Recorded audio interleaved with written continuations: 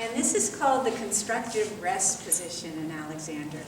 If you go and have an Alexander lesson, the teacher will do some table, we call it table work with you, and the teacher will work with you in this position also. And this is like everyone's favorite part of the lesson. It feels great.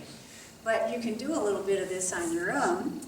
And so if you lay down on your back with the back of your head on a little bit of height here. And the reason for the height is that, so when you lay down, the very top part of the back of your head isn't tipping like this against the floor. If it's too much, you squish your ear. So there's a wide range you can have. So here with your head on a little bit of height, and if you used a pillow, you just sink into it. So that's why some books or something would be useful for this. And again, if it's not enough, the top of my head would be tipping back like this. If it's too much, my neck would be squished. So there's lots of range in the middle.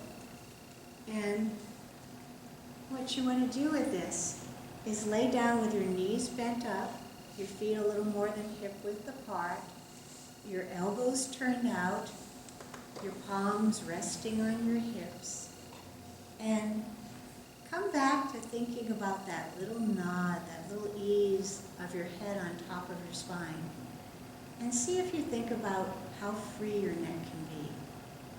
Just think your neck is free, and it's allowing your head to just float off the top of your spine, so it causes a length through your whole body.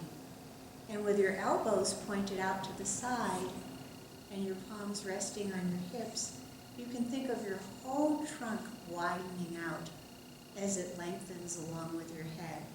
The shoulder blades widen out, your ribs widen out, the middle of your back widens out, your hips widen out. And this is all done through a release. It's not done through any pull or stretch.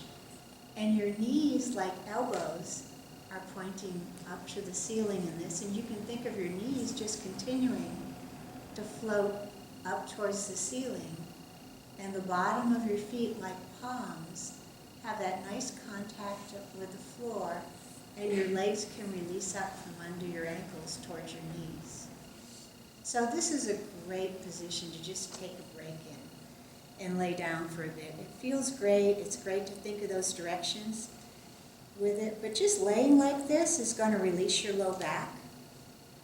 Gravity is just going to do that. Just laying like this with your elbows turned out is going to widen your back. With your head on a little bit of height, it's going to help your head float away from the top of your spine. Your knees pointed up are going to release your leg bones and your back. So if you lay like this for 5 minutes, it's great. If you lay like this for 10 minutes, 12 minutes, 15 minutes, all the fluid in your discs that goes out during the day when you're upright, that'll get reabsorbed in your discs. So this is a great thing to do if you have the time and to take a break and do it.